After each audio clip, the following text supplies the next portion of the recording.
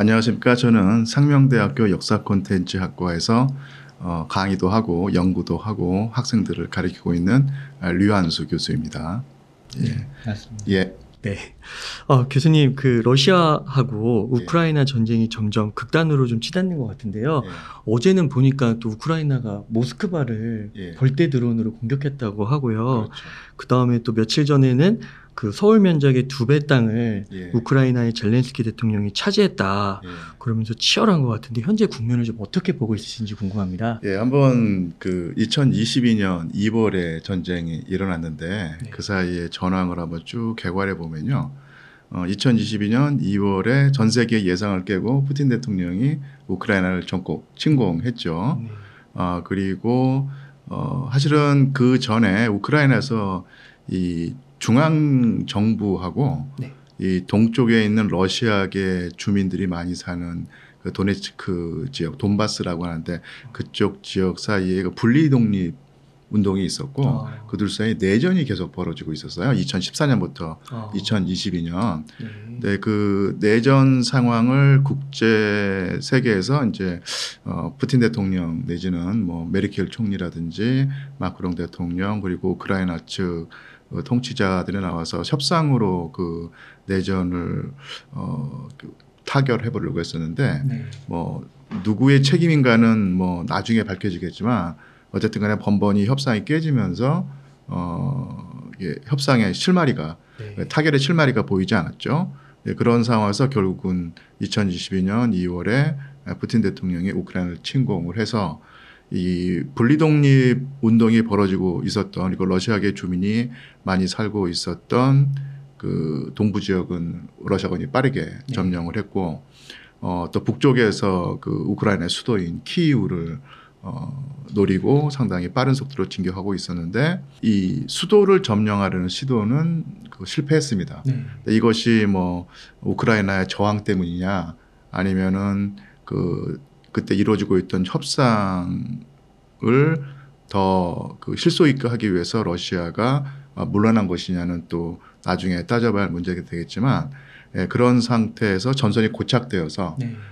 키이우는 사실은 우크라이나에게 안전해졌고 하지만 동쪽에 있는 러시아계 주민들이 많이 사는 지역은 러시아가 차지하고 있었고 그래서 이제 거기서 뭐랄까요 교착 상태라고 할까 일진일퇴로 전쟁이 진행되고 있었고 지난해 가을에요 그 우크라이나 젤렌스키 대통령이 전격적인 반격 작전에 나섰죠. 네. 그래서 처음에는 성과를 거두는 듯 했지만 그러니까 우크라이나군의 기초 체력이 떨어지면서 사실은 그 반격이 실패로 돌아갔고요. 그 다음부터는 오히려 러시아군이 서쪽으로 계속 그 압박을 하면서 진격을 하는 상태였습니다. 그런데 러시아군의 진격 속도 사실은 좀 느린 편이었죠. 왜냐하면은 그 도네츠크, 루안스크 지역, 그러니까 돈바스 지역이라고 부르는 그 지역이 그 예전부터 분쟁 지역이었기 때문에 우크라이나군이 아주 촘촘하게 방어 진지를 구축해 놓고 있었고 그 방어 진지를 뚫는데 러시아가 상당히 힘이 들었던 거예요. 그래서 러시아 측은 그때부터 소모전 전략을 펴서 한 번에 전선을 뚫기 쉽지 않으니 계속 우크라이나군의 인력 아니면 물적 자원을 소모하게 만들면서 체력을 빼겠다라는 식으로 전쟁을 지속했죠. 그게 2024년 올해 그 초여름까지 진행되는 상황이었는데요. 우크라이나군이 그 돈바스 지역을 잘 방어하고 있었는데 러시아군의 소모 전술에 말려서 계속 그 힘이 빠지고 있었던 거예요. 그래서 결국은 우크라이나 군의 방어 진지가 더 이상 버티기 힘들다는 판단을 우크라이나 젤렌스키 대통령이 했던 모양입니다. 그래서 이 방어선이 뚫리는 것이 시간 문제인 상황에서 이게 늦게 뚫리나 빠르게 뚫리나 매한가지 상황일 수 있으니까 그러면 획기적인 전황 변화를 시도하면서 그 방어 진지에 있던 정예 병력 10,000 내지 20,000명과 기갑 전력을 그 빼내서 네. 그 러시아와 우크라이나가 접경하고 있는 그 북쪽의 쿠르스크주, 그러니까 러시아의 쿠르스크 지역으로 치고 들어갔죠. 네. 그러니까 러시아로서는 이제 예상을 못했고, 그리고 또 거기에는 그 방어진지가 따로 없었기 때문에 그리고 또 인구 밀도가 상당히 희박한 지역이거든요.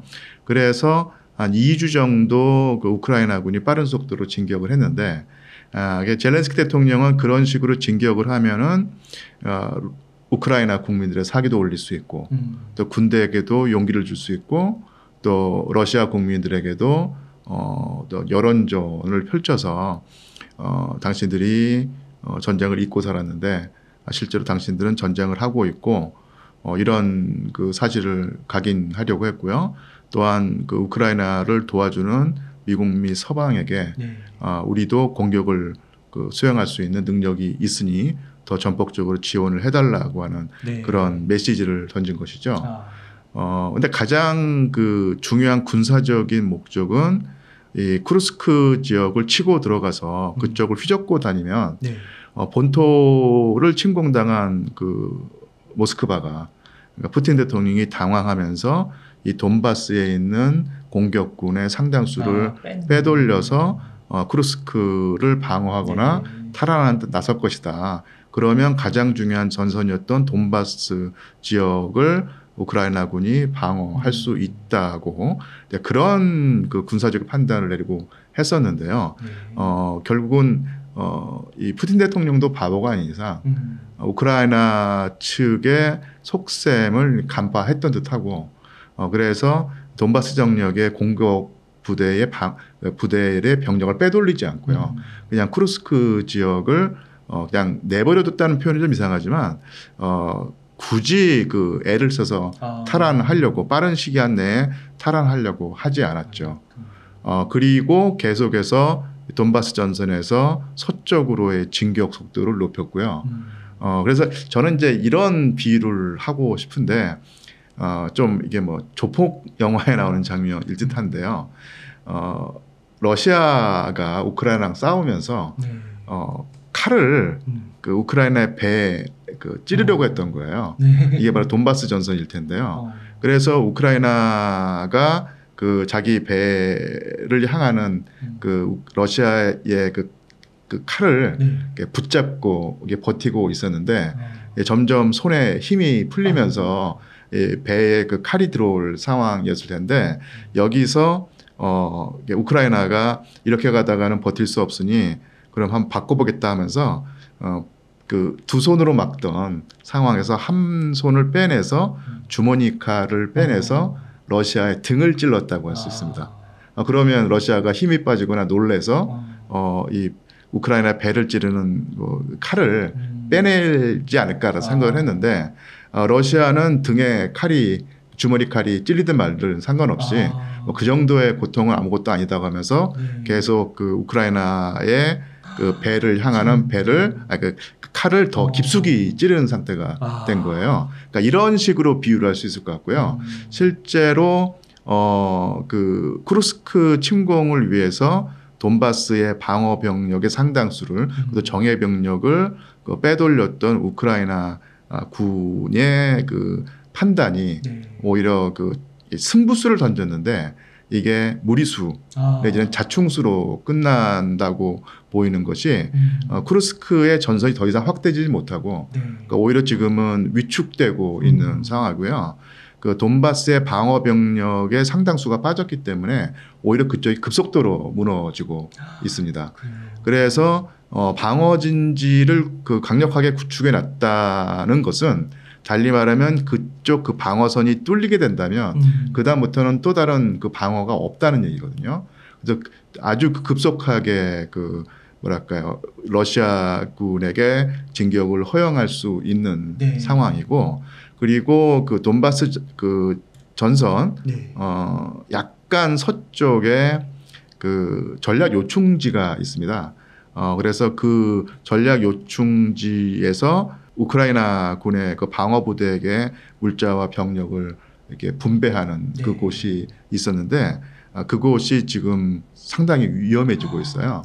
그래서 지금 그 전략 요충지와 러시아군의 그 진격 최정점 사이의 그 거리가 지금은 제가 알기로 10km라고 알고 있거든요. 야, 10km면은 진짜 가깝네요. 예, 그래서 그게 러시아군으로서는 뭐 빠르면 1, 2주 안에 네. 아니면 시간이 걸리면 한 달, 두 달 안에 그 요충지를 차지하려고 할 것이고 그렇게 되면 교착 상태가 아니라 이제는 급격하게 그 전황의 어떤 그 균형추가 우크라이나에게 불리하게 네. 러시아에게 유리하게 돌아갈 상황인 것이고요. 또 이런 상황을 그 맞이하고 있는 그 젤렌스키 대통령이 또 한 번 어떤 자신의 그 뭐랄까 공격에서 빠져나오고자 드론 뭐 150대인가를 날려서 모스크바를 직접 타격을 했죠. 네. 그러면서 젤렌스키 대통령은 어떻게 해서든 이 전쟁을 그 확전을 하려고 합니다. 이 확전이라고 하는 개념은 지금까지 러시아 본토 중심지를 타격할 수 없었고 아니면 타격하기를 꺼렸는데 이제는 그런 상황이 아니라는 얘기죠. 직접적으로 모스크바를 타격을 해서 어떻게든 확전을 하고 이 미국으로 하여금 더 전폭적으로 우크라이나를 지원하게 만들려는 마지막이라는 표현이 이상하지만 또 한 번의 승부수를 던졌다고 생각을 합니다. 어떻게 보면 또 무리수일 수도 있을 것 같고요. 예, 뭐 성공을 하면은 뭐 신의 한 수가 될 수 있겠지만 이것마저 통하지 않는다면 그야말로 무리수, 자충수가 될 수 있겠죠. 야, 그러니까 젤렌스키 대통령이 그 각국의 국방장관들을 만나가지고 장거리 무기 사용 제한을 풀어달라 이런 얘기도 하는데 또 미국 측은 불가하다고 말했다고 하더라고요. 이런 걸 보면은 또 약간 그 서방이나 미국은 확전을 좀 바라지 않는 게 아닐까라는 생각도 드는데. 지금 제가 볼 때는 미국이 상당히 뭐랄까 좀 곤혹스러운 처지에 있는 것 같아요. 그러니까 그러니까 우크라이나에 제공했던 장거리 타격 무기를 방어용으로만 써라. 그리고 이 전선을 타격하는 데만 써라라고 하면서 러시아 본토 중심부를 타격하지 말라고 해왔었는데 최근에 강력하게 젤렌스키 대통령이 그 제안을 풀어달라고 요청을 했고 어젠가요 그 기사를 보니까 바이든 대통령이 지금 거기서 이제 숙고하고 있다.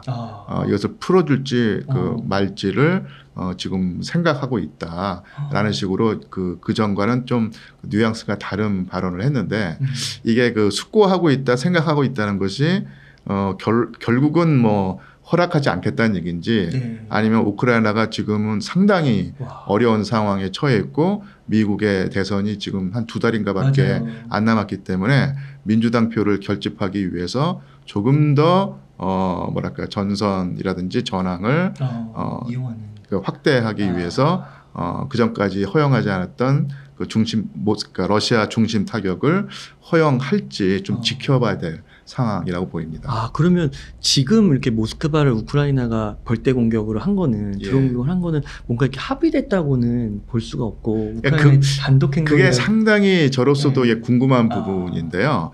지금 우크라이나가 사실은 미국의 허락을 받지 않고 그런 독자적인 행동을 하기가 쉽지 않은 구조인데 이것은 이제 상식적인 판단인데요. 또 한편 생각하면 젤렌스키 대통령이 사실은 몰릴 대로 몰린 궁지에 몰린 상황이고 그런 상황에서 젤렌스키 대통령은 자기의 정권의 안위마저도 위험해질 수 있다고 생각을 하면 미국이 설령 그 곤혹스럽고 난처하게 생각하더라도 자기의 어떤 그 방식대로 하겠다라는 것이고요. 젤렌스키 대통령도 그 이스라엘의 네타냐후를 보면서 네타냐후가 미국의 말을 듣지 않고 독자적으로 확전을 시도하는데도 미국이 사실은 투덜투덜대면서도 네타냐후의 그 지지를 거두지 않고 계속 그 지원을 하는 것을 보고 자기도 그럴 수 있다고 판단하지 않았을까 그런 생각이 듭니다. 그렇군요. 그러니까 젤렌스키 입장에서는 확전을 하는 게 유리한 상황인가요? 이게 그 확전을 한다면은 나토와 미국으로 상당히 곤혹스러운 처지가 되겠죠. 왜냐하면 무엇보다 러시아는 핵보유 국가이기 때문에 전술 핵 무기라도 사용하겠다는 어떤 그런 의사를 펼치게 됐을 때 사실은 상당히 버거운 상황이거든요. 그런데 젤렌스키 대통령은 개인 차원에서는 확정이 났겠죠. 아, 그래요? 예, 만약에 자기가 지금 그 승부수를 여러 번 던졌는데 계속 통하지 않고 그것이 그 어디 자청수라든지 무리수로 된다고 했을 때 자기의 그 정권의 안위도 흔들리는 상황이 될 수 있거든요. 더더군다나 그 외신을 꼼꼼히 챙겨보신 분들은 기억하시겠지만 사실은 그 젤렌스키 대통령의 임기가 올해 그 봄에 끝났습니다. 아, 그래요? 근데 헌법에 따르면은 그 대통령 선거를 치러서 네. 정권을 뭐 연장하든지 아니면 그 다음 후계자에게 정권을 넘겨야 되는데 전시 상황이고 이제 계엄 상황이기 때문에 정상적인 그 대통령 선거를 치를 수 없다는 뭐 명분을 내세워서 선거를 치르지 않았고 계속 그 정권이 연장되고 있는 상황이거든요. 네. 그래서 저 이런 표현이 어떨까 싶은데 러시아 푸틴 대통령은 이 그 젤렌스키 대통령을 일종의 좀비 정권으로 보는 거예요. 그러니까 임기가 끝나서 그 중단돼야 되는 정권인데 계속해서 생명을 연장하고 있는 죽은 것도 아니고 산 것도 아닌 이런 상태가 되면서 그래서 상당히 조롱조로 젤렌스키 대통령을 네. 비아냥거리고 공격하고 있는데 그러니까 이런 상황에서 젤렌스키 대통령은 어쨌든 간에 그 뭐랄까요 현실적인 상황에서 정권을 연장하고 있지만 그 헌법에 따르면 그 정권이 사실 지금 권력 기반이 그 뭐랄까요 정당하지 않은 상태고 전황마저도 불리한 상황에서 이 과연 자기의 그 정권이 계속 유지될 수 있을까 이런 불안감을 가지고 있다고 하면은 네. 확전을 시도해서라도 조금이라도 자기에게 유리한 상황을 만들어내려고 하는 것은 권력의 속성이 아닐까 싶습니다. 그러니까 젤렌스키 대통령이 개인적인 그런 정권, 권력을 유지하기 위해서도 확전을 할 수 있는데, 근데 한편으로는 우크라이나 국민분들 입장에서도 가만히 있으면 밀릴 거니까, 그럼 어차피 그게 국익이나 국민들로서도 굉장히 큰 손해잖아요. 그러니까 어떻게 보면 이익이 또 부합하는 것 같기도 하고요. 그게 일단 그 작년에 우크라이나 여론하고 지금 올해 지금의 여론하고 차이점이 있다고 하는 그 보도를 제가 접했거든요. 작년까지는 절대로 우리 빼앗긴 영토, 점령당한 영토를 돌려받지 않는 상황에서는 평화협상을 진행하면 안 된다. 달리 말하면 그 전쟁 이전 상태로 돌아가야 된다는 것이 절반을 과반수로 훨씬 넘는 그 여론이 그 우크라이나 국민들에게 조성돼 있었고 설령 전황이 불리하더라도 참고 견디겠다는 공감대가 형성이 돼 있었는데요. 그로부터 지금 한 1년이 흐른 다음에 분위기가 많이 바뀌었다고 합니다. 그러니까 지금은 팽팽하게 맞서고 있는 여론이 그러니까 작년에 여론을 계속 견제하고 있는 우크라이나 국민도 있지만 또 적지 않은 우크라이나 국민들이 너무 힘들다. 그리고 그 승산이 보이지 않는다. 이런 상황에서 빼앗긴 그 우크라이나 그 20%에 해당하는 동쪽 영토를 포기하기 해서라도 전쟁을 끝내거나 아니면 평화협상에 더 적극적으로 임하는 것이 낫지 않겠느냐. 이런 그 두 개의 의견이 팽팽하게 맞서고 있다고 합니다.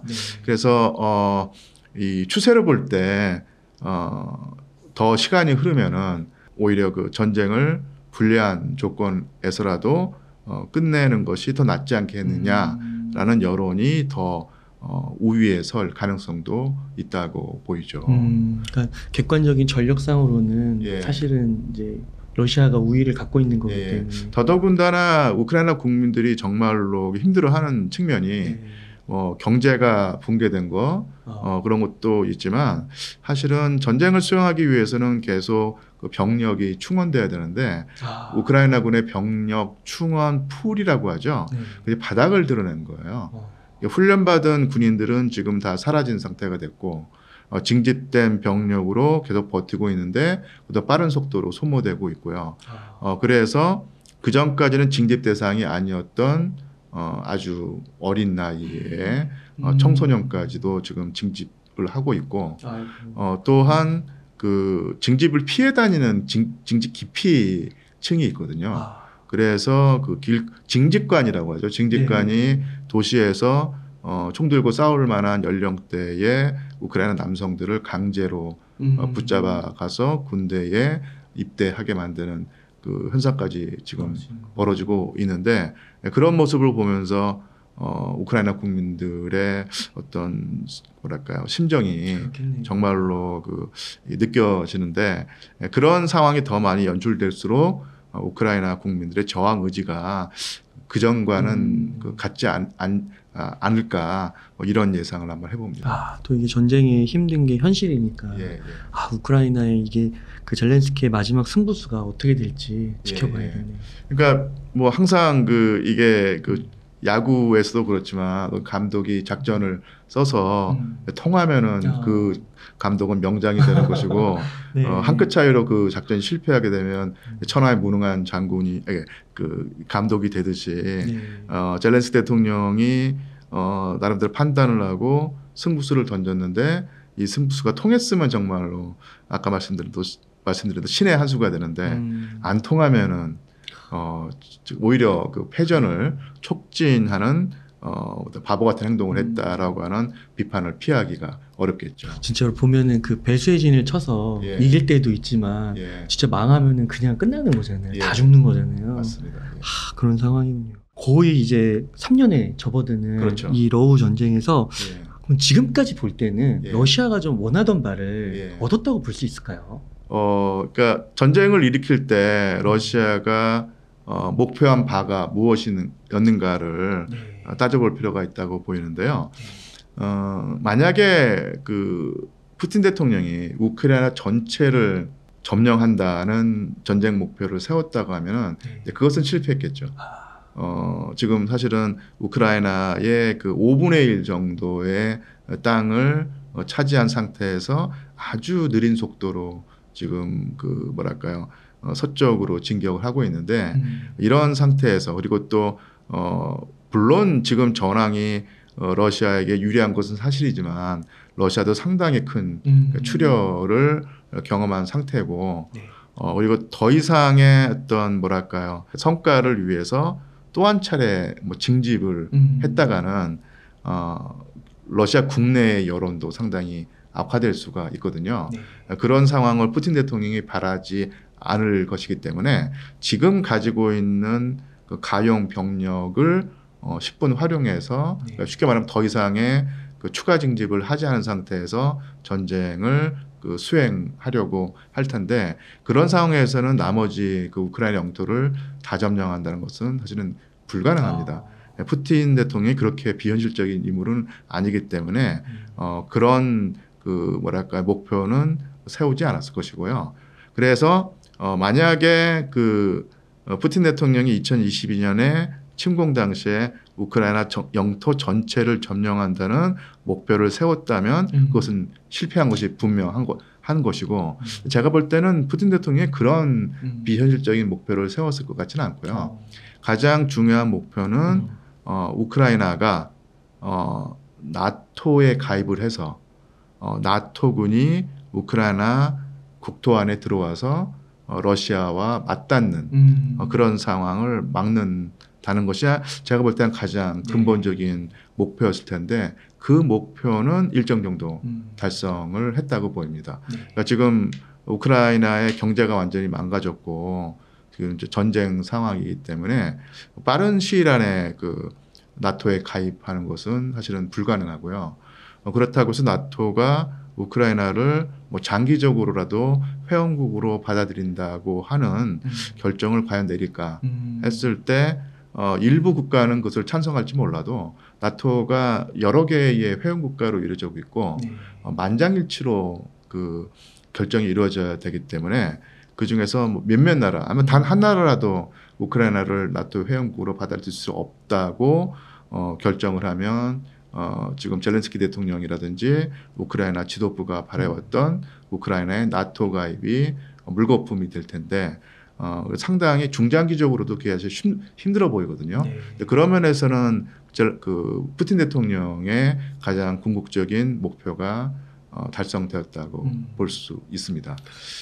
그리고 또 한 가지가 더 크게 보면은 이것은 단지 그 우크라이나와 러시아의 문제일 뿐만 아니라 푸틴 대통령은 러시아 진영과 미국이 이끄는 네. 서방 진영의 어떤 일대 그 대결 격돌로 본다고 했을 때 그래서 그 미국 일변도의 국제 정세에 조금이라도 그 균열을 내서 그 러시아의 입지를 키우겠다라고 하는 어떤 결정 그런 그 의도도 있었던 것 같아요. 네. 근데 이 부분에서는 사실은 그 일정한 성공과 일정한 실패가 있다고 보입니다. 네. 그래서 어쨌든 간에 우크라이나를 침공하면서 나토의 결속력이 강해졌고 그리고 기억을 해보시면 알겠지만 핀란드라든지 그 스웨덴이 중립국 위치를 버리고 나토에 가입을 했고 유럽에서 미국이 차지하는 입지가 강화된 것도 사실이고요. 그래서 미국의 그 어떤 입장을 곤혹스럽게 만들고 일정 정도 흔드는 효과도 있었지만 또 미국의 지위 그 어떤 그 뭐랄까 입지가 그러니까 러시아가 생각한 것만큼 그렇게 쉽게 허물어지지 않은 것도 사실이기 때문에 그 부분에서는 정말 팽팽한 결산을 해보면 대차 대조표가 성공도 아니고 실패도 아니고 그런 식의 어정쩡한 상태로 되지 않았을까 싶습니다. 지금까지 보면 그렇습니다. 네. 그 전반적인 약간 흐름이요. 예. 그 미국이 아직 뭐 트럼프 대통령이 당선된 건 아니지만 약간 이제 발을 빼고 전 세계의 경찰 역할을 맡다가 그런 게 이제 조금 줄어들고 자국에 집중하는 그렇죠. 그런 쪽으로 가는 흐름이 좀 있는 것 같은데 그러면 나토도 미국의 입장에서는 별로 이렇게 간섭하고 싶지 않고 그런 부분은 없을까요? 그러니까 나토 국가들이 또 그 이게 하나의 균질적인 집단이 아니기 때문에 많은 차이점이 있지만 사실은 전쟁이 일어났을 때까지만 하더라도 상당히 나토가 일사불란하게 움직이고 단지 뭐 헝가리 정도나 뭐 터키 정도가 조금 어깃장을 놓는 상황이었는데 그러니까 지금은 사실은 그 단일 대우가 많이 와해된 것이 분명한 사실 같아요. 그러니까 전쟁이 장기화된 측면도 있고 또 하나 그 유럽의 주요 국가들 자국 사정이 워낙 좋지 않아서요. 맞아요. 경제가 상당히 많이 안 좋지 않습니까? 박물관이라고 표현해요. 예, 그래서 그런 상황에서 자국 내의 불만의 소리가 더 커지고 있고 우리가 흔히 하는 속담으로 내 코가 석자인데 남을 도울 수 있는 어떤 여유가 없지 않느냐 이런 상황인 것이고요. 또한 그 유럽 각국에서 정권 교체가 많이 이루어졌는데 이 전반적인 추세가 이게 뭐 극우라고 옮겨야 될지 급진 우파라고 옮겨야 될지 뭐 문제가 이게 좀 논란이 있긴 하지만 어쨌든 간에 파라이트라고 하는 집단들이 여러 나라에서 상당히 빠르게 그 권력을 굳히고 있는데 그 파라이트 그러니까 뭐 극우든 아니 급진 우파든 이 사람들은 이 우크라이나 전쟁이 별로 관심이 없고 거기에 우리가 뭐 발 담그고 있는 상황이 아니다. 그럴 돈 있으면은 이 국내에 그 뭐랄까요 어려운 사람들 도와라. 뭐 이런 입장이기 때문에 그 2022년, 2023년에 우리가 봤던 나토 유럽 국가들의 단일 대우는 앞으로 다시 재현되기가 어렵겠다 이렇게 보입니다. 그렇군요. 그 또 하나 이제 요거는 되게 이론적인 측면의 얘기인 것 같은데요. 그 지금까지는 이제 미국 중심의 일극 체제인데 여기에 이제 러시아, 우크라이나 이런 거 그리고 또 앞으로 뭐 중국과 대만 뭐 이런 것들을 이제 예상해 보는데 약간 다극 체제로 바뀔 수 있을 것이다 이렇게 전망하는 분들도 있더라고요.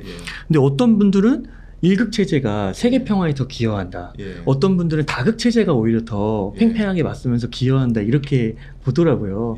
교수님께서 좀 어떤 견해를 갖고 계신지 궁금합니다. 이게 그 미국은 뭐 당연한 얘기지만 미국의 일극 체제를 유지하려고 할 것이고, 그러니까 푸틴 대통령은 그런 상황을 사실은 미국의 일극 체제는 그러니까 푸틴 대통령이 프라파간다의 측면이 있기도 하지만 또 본인이 그렇게 또 생각하고 있을 텐데요.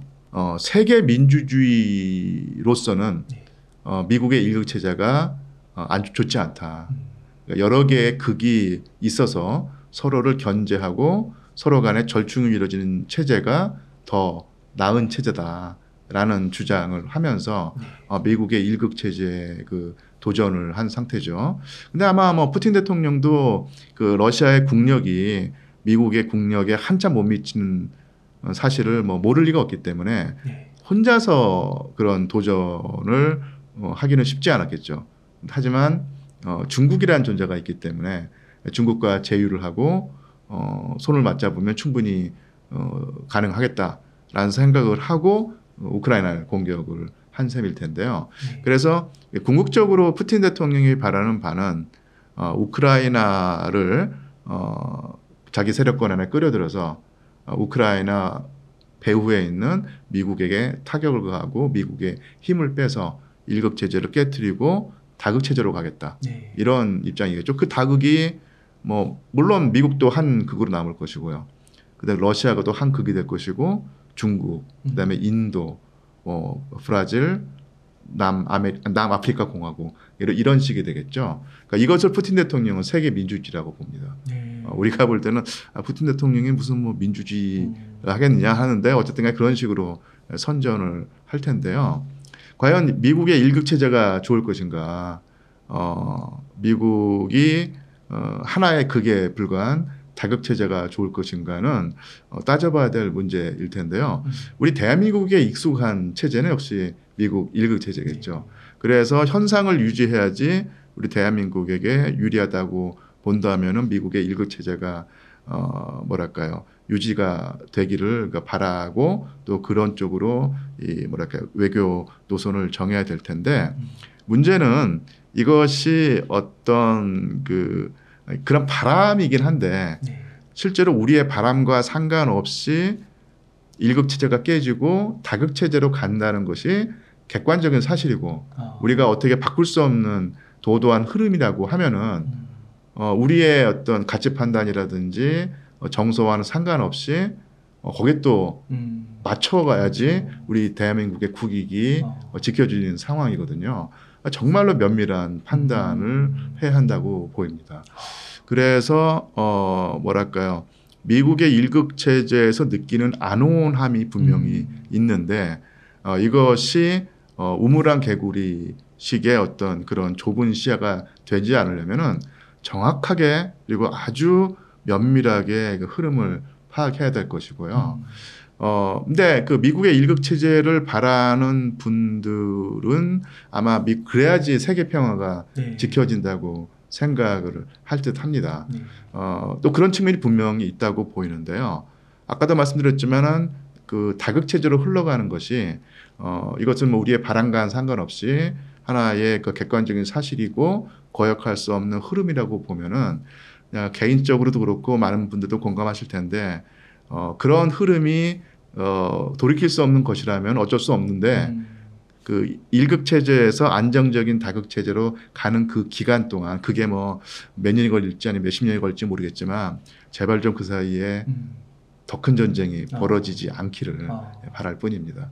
항상 어떤 체제 그 전환이라든지 변환이 일어날 때는 항상 뻥뻥뻥뻥 전쟁이 터지는 경우가 있었는데 제발 좀 그런 일이 벌어지지 않기를 바라고 이건 뭐 전 세계 그 세계인들의 바람이기도 하고 더더군다나 가장 뭐랄까 센서티브한 지역이 이 한반도이기 때문에 그런 그 체제 전환에서 어떤 그 균열이 생겨서 그것이 전쟁으로 그 비등할 때 가장 먼저 그 피해를 입을 지역이 아니면 그 뭐랄까 전쟁의 불길을 맞이해야 될 지역이 바로 이 한반도이기 때문에 참 조마조마한 심정이기만 할 뿐입니다.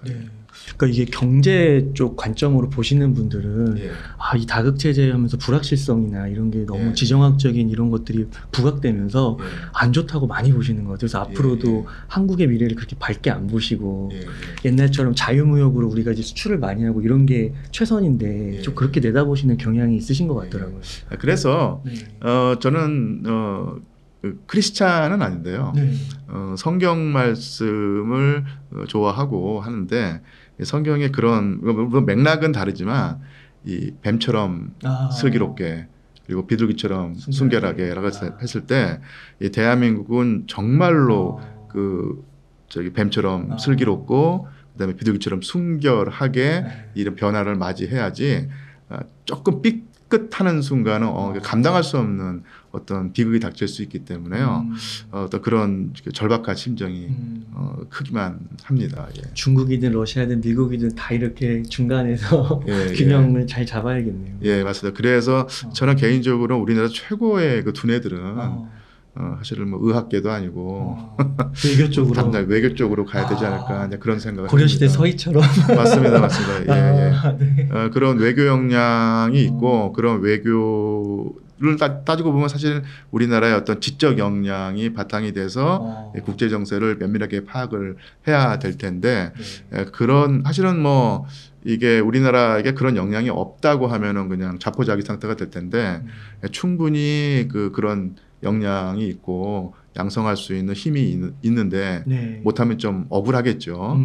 그래서 모든 분야에 있는 한국인들이 열심히 노력을 하고 정말로 날카로운 눈매로 세계 정세를 주시해서 우리가 어떤 길을 가야 될지 치열하게 토론하고 그러면서 뭐랄까요 가장 안전하고 올바른 길을 찾아야 한다는 원론적인 얘기지만 가장 현실적인 얘기를 해보고 싶습니다. 그러니까 지금 현재의 정황 상황을 정말로 면밀하게 파악하고 있어야겠네요. 그렇죠.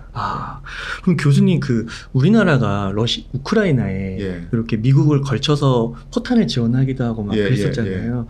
그런 거는 괜찮을까요? 여기 또 몇몇한 계산을 해야 될 텐데 우크라이나가 이길 수 있는 가능성이 있다고 하면은 그것이 나중에 어떤 큰 뭐 반대급부로 돌아오고 유리하겠지만 우크라이나의 러시아의 승리가 늦든 빠르든 이게 확연한 상황이라고 하면은 그것이 우리에게 별로 좋은 일은 없겠죠. 어쨌든 간에 러시아는 이 한반도를 둘러싸고 있는 4대 열강 중에 하나고 그전까 최근 30년 동안 대한민국과 비교적 원활한 관계, 서로 좋은 관계를 유지해 왔었고 전쟁이 끝나고 난 다음에는 어쨌든 간에 새로 좋은 관계를 맺으려고 해야 될 텐데 지금 이 전쟁에서 대한민국이 어떤 입장을 취하는가에 따라서 전쟁이 끝나고 난 다음에 러시아와 맺는 관계의 어떤 질이 달라지겠죠. 그나마 좀 다행인 것은 제가 나름대로 러시아 지도부 특히 이제 푸틴 대통령의 입장을 면밀하게 좀 나름대로 지켜봤었는데 한국과 대립각을 세우면서도 이 관계를 돌이킬 수 없는 파탄 지경까지 몰고 가려고 하는 의도는 없는 것 같아요. 대립을 하면서 때로는 외교관 사이에 거친 언사가 오고 가면서까지도 아니면 뭐 여러 가지 푸틴 대통령이 나름대로의 전략하에서 북한과 어떤 결속 관계를 다지고 군사 동맹을 강화하고 있는데 그런 상황에서도 대한민국과의 어떤 연결의 끈을 끝까지 놓치지 않으려고 하는 모습이 보이거든요. 거기에 뭐 대한민국도 일정하게 화답이란 표현이 좀 이상하지만 굳이 그 끈까지 우리가 일부러 끊을 필요는 없다고 보입니다. 푸틴의 그런 행동은 겉으로 드러나지 않는 그런 거는 이제 경제적인 이득 이런 게 좀 있는 걸까요? 글쎄요, 뭐 크게 보면은 이 우크라이나 전쟁을 통해서 푸틴 대통령과 이제 러시아 지도부의 어떤 약간의 약간 정도가 아니라 근본적인 상황 변화가 보이는데요. 그 전까지 러시아는 어쨌거나 유럽 지향적인 국가였거든요. 그러니까 유럽과 아시아의 두 대륙에 걸쳐 있는 그러니까 유럽이면서 아시아였고 아시아면서 유럽이었던 제국이었는데 최근까지는 어쨌든 간에 아시아적인 어떤 속성보다는 유럽적인 속성이 강했고 유럽에 더 중점을 두는 국가 전략을 구상해 왔었는데 지금 전쟁을 통해서 이 서방 세계와 아주 척진 관계가 됐고 전쟁까지 벌이는 상황이 됐기 때문에 그런 전쟁을 타개하기 위해서라도 이 동아시아 지역과 더 끈끈한 관계를 맺어오려고 했고요. 쉽게 말하면 아시아 지향성이 강해진 것이 분명한 사실입니다. 그리고 전쟁을 수행하는 어떤 그런 현실적인 필요성 때문이라도 그랬고 아시아 지향성을 키우는 이유고요.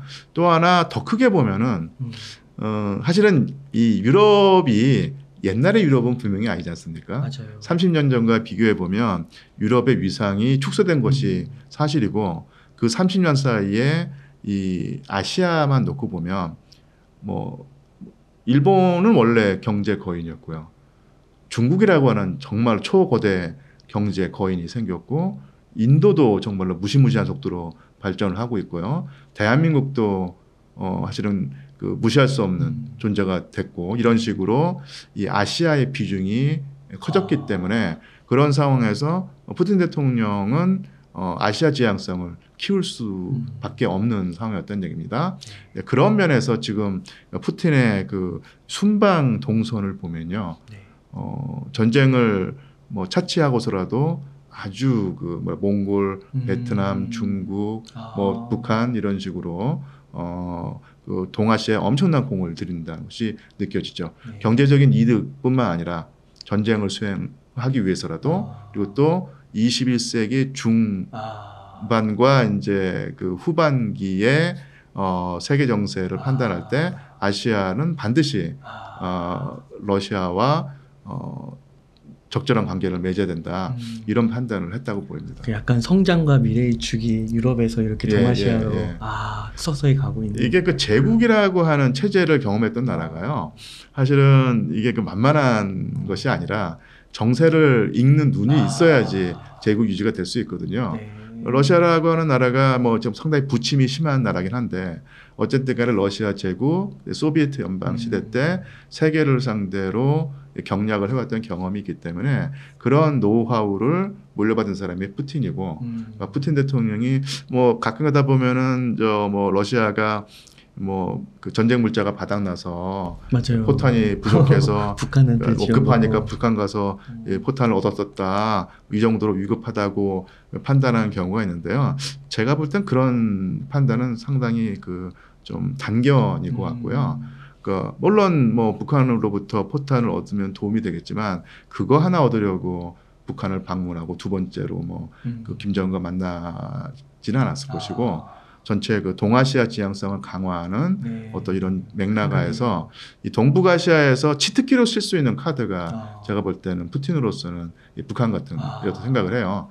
북한 카드를 주고 있으면 대한민국과도 밀당을 할 수 있고 일본과도 밀당을 할 수 있고 중국과도 밀당을 할 수 있는 상황이고 미국과도 밀당을 할 수 있으니까요.